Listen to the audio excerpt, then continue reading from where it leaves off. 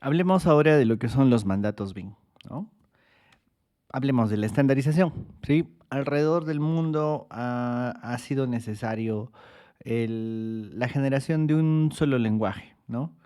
Para entendernos, ¿sí? Por ejemplo, el día de hoy es indudable que el mundo se entiende a través del idioma inglés, pero hay una parábola de la Biblia que nos habla de cómo se castigaron a los grandes atrevimientos que hubieron en la época de lo que cuenta la Biblia, ¿no?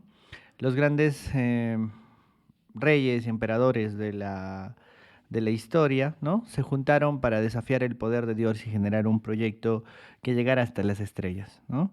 Entonces hicieron una mega construcción, la cual iba a ser tan alta para llegar hasta el cielo, ¿no? Y lo que sucedió es que cuando Dios se dio cuenta de lo que estaban intentando hacer, les mandó un castigo. El castigo de que todos hablaran lenguas e idiomas distintos, de tal manera de que nadie pudiera entenderse, ¿no? El proyecto automáticamente fracasó porque nadie podía entenderse uno con otro. Entonces, esto nos prueba de que es necesario de que en un proyecto tengamos un mismo lenguaje, ¿no? Si nosotros hablamos distintos lenguajes, tenemos diferentes nombres para las mismas cosas, no vamos a poder entendernos y el proyecto depende de que exista un nivel de estandarización, es decir, un nivel de lenguaje común, de términos comunes, de métodos y procedimientos comunes, que es lo que la estandarización nos indica. Entonces, si hablamos de esta estandarización o el proceso con el que se generan los estándares, ¿no? Podríamos hablar de que existen buenas prácticas, o sea, cosas que funcionan, que luego se difunden en diferentes tipos de eventos, ¿no? Estas cosas que se difunden, estas buenas prácticas difundidas, se pueden convertir en normas nacionales y luego en normas internacionales. Por ejemplo, podríamos tener como buenas prácticas el uso de BIM, el estándar del Project Management Institute, los nuevos contratos de ingeniería, los NEC, ¿no? Que con congresos, con charlas como esto, se van a ir difundiendo, ¿no? Luego tenemos el tema de lo que son las normas, las leyes que nosotros podemos ver en cada país, pero sobre ellos existen los estándares internacionales, como el estándar de la ISO 19650, es decir, existe todo un camino para desarrollar estos estándares. Y estos estándares generan mandatos, es decir, modificaciones nacionales.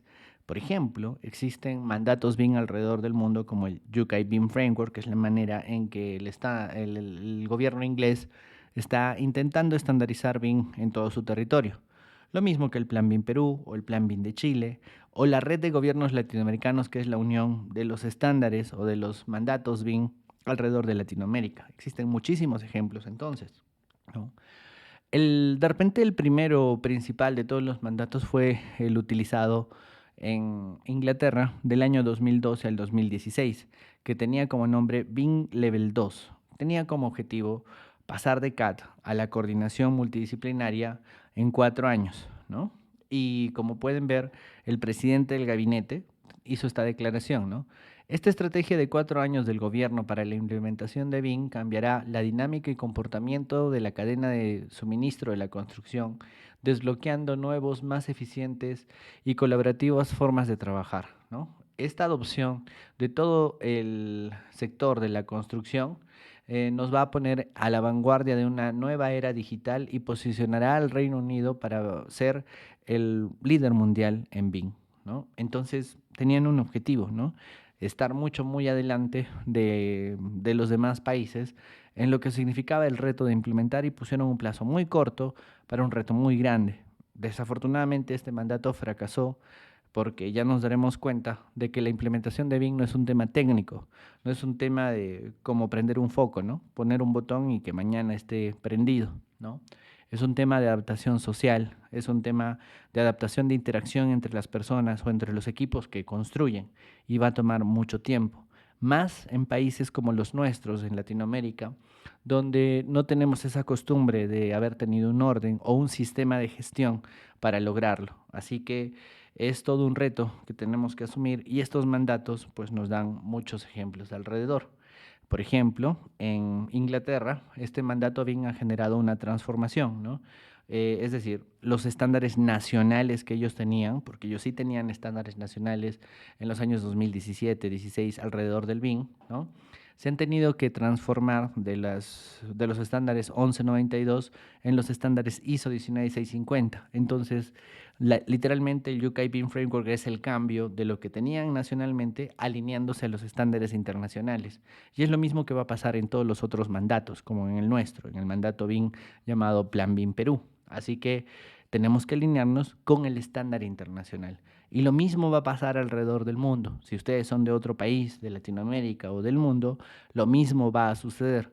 El mandato BIM se va a alinear con el estándar internacional de la ISO 19650.